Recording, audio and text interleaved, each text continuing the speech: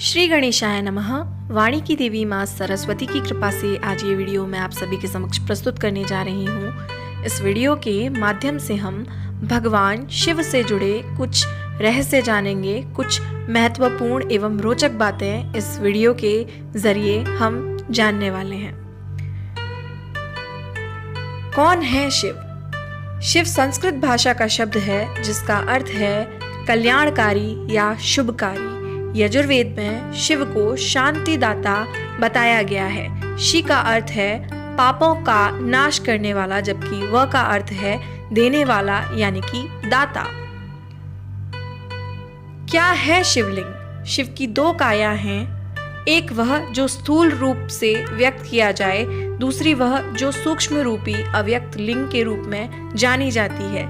शिव की सबसे ज्यादा पूजा लिंग रूपी पत्थर के रूप में ही की जाती है। लिंग को लेकर बहुत भ्रम होता है। संस्कृत में लिंग का अर्थ है चिन्ह, इसी अर्थ में यह शिवलिंग के लिए इस्तेमाल होता है। शिवलिंग का अर्थ है शिव यानी परम पुरुष का प्रकृति के साथ समन्वित चिन्ह। शिव शंकर महादेव का अर्थ भी हम यहाँ जानने वाले हैं। शिव का नाम शंकर के साथ जोड़ा जाता है। लोग कहते हैं शिव शंकर भोलेनाथ। इस तरह अनजाने ही कई लोग शिव और शंकर को एक ही सत्ता के दो नाम बताते हैं। असल में दोनों ही प्रतिमाएं अलग अलग आकृति की हैं। शंकर को हमेशा तपस्वी रूप में दिखाया जाता है। कई जगह तो शंकर को शिवलिंग का ध्यान करते हुए दिखाया जाता है।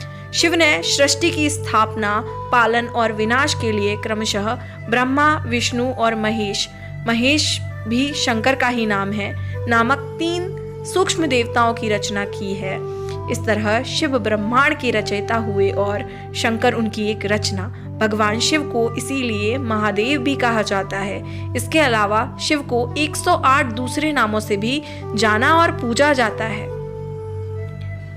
अगला प्रश्न जो यहाँ उठता है वो है, भगवान शिव को अर्धनारीश्वर क्यों कहा जाता है?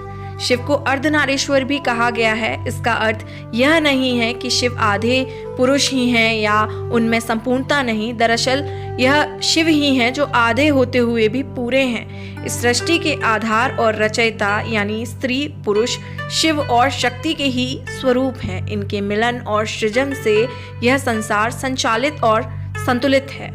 दोनों ही एक दूसरे के पूरक हैं। नारी प्रकृति है और नर पुरुष।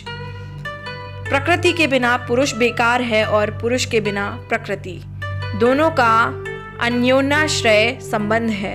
अर्धनारीश्वर शिव इसी पारस्परिकता के प्रतीक हैं। आधुनिक समय में स्त्री पुरुष की बराबरी पर जो इतना जोर है, उसे शिव के इस स्वरूप ने बखूबी देखा समझा जा सकता है।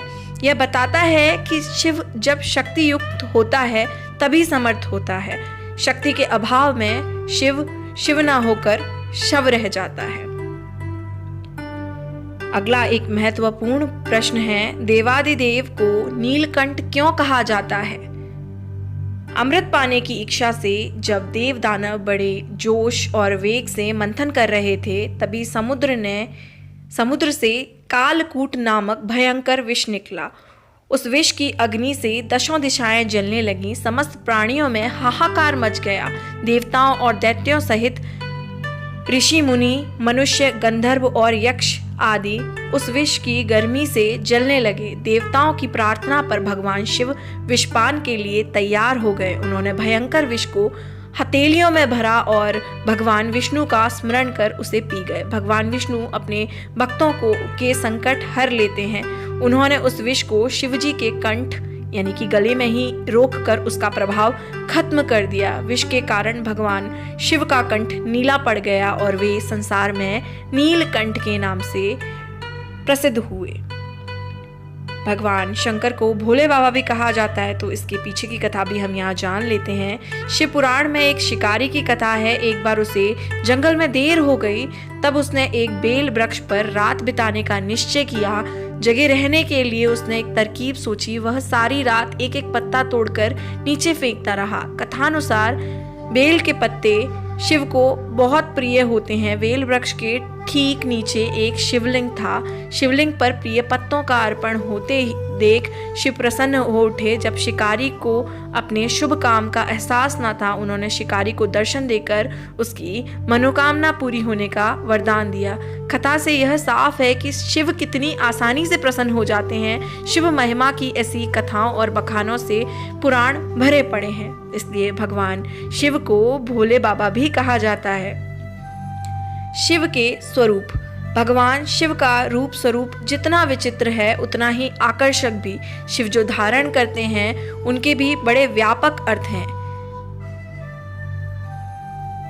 पहला है यहाँ शिव के स्वरूप में उनकी जटाएं। शिव की जटाएं अंतरिक्ष का प्रतीक हैं। दूसरा है शिव भगवान ने जो अपने माथे पर जो चंद्र धारण किया हुआ है, सिर पर जो चंद्र धारण किया हुआ है, तो चंद्रमा जो है वो मन का प्रतीक होता है। शिव का मन चांद की तरह भोला, निर्मल, उज्जवल और जागृत है। अब भगवान शिव के त्रिनेत्र के बारे में यहाँ बात की गई है।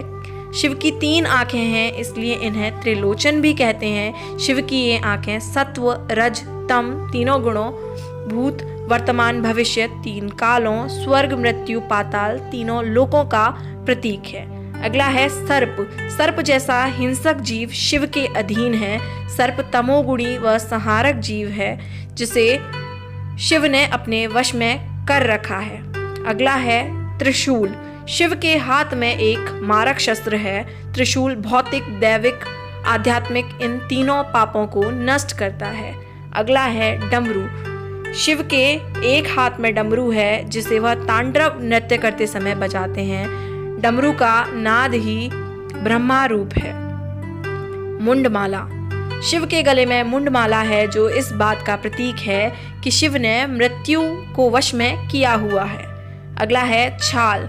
शिव ने शरीर पर व्याघ्र चर्म यानी कि बाघ की खाल पहनी हुई है।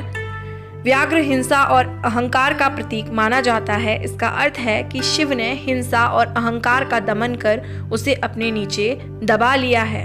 अगला है भस्म।